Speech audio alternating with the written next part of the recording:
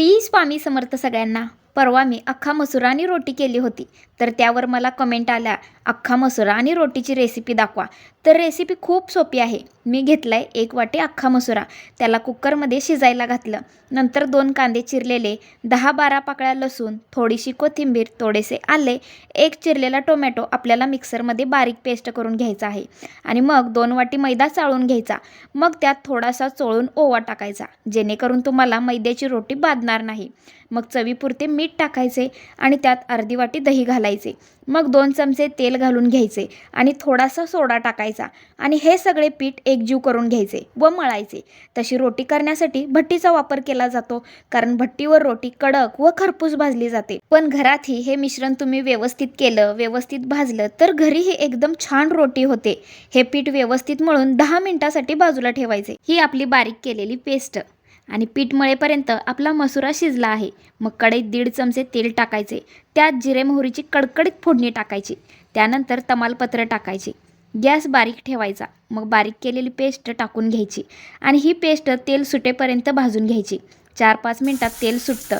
कोणतीही रेसिपी तेव्हाच छान होते ज्यात आपण आवडीने सहभाग घेतो, कारण आपल्या आवडीचा आणि चवीचा खूप मोठा संबंध असतो. पहिल्याचे लोक म्हणायचे ना, तुझ्या हातची चव जेवणात उतरली आहे बघ. म्हणून कोणतीही रेसिपी करताना आवडीने आणि आनंदाने करावी.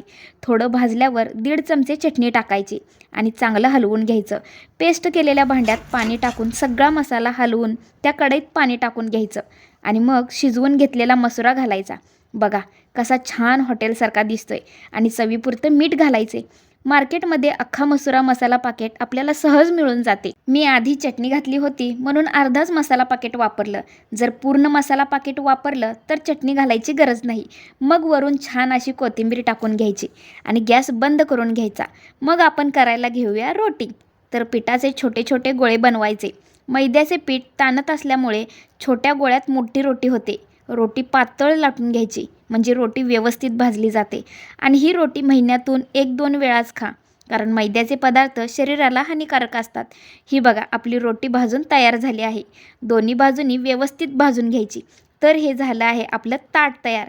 अख्खा मसुरा रोटी, त्याच्यासोबत दह्यात भिजवलेले कांदा, टोमॅटो, कोथिंबीर. तर घरी एकदा नक्की ट्राय करून बघा. खूप चविष्ट लागते अख्खा मसुरा आणि रोटी. चला तर आजच्यासाठी एवढंच बास. भेटू पुढच्या व्हिडिओमध्ये. श्री स्वामी समर्थ.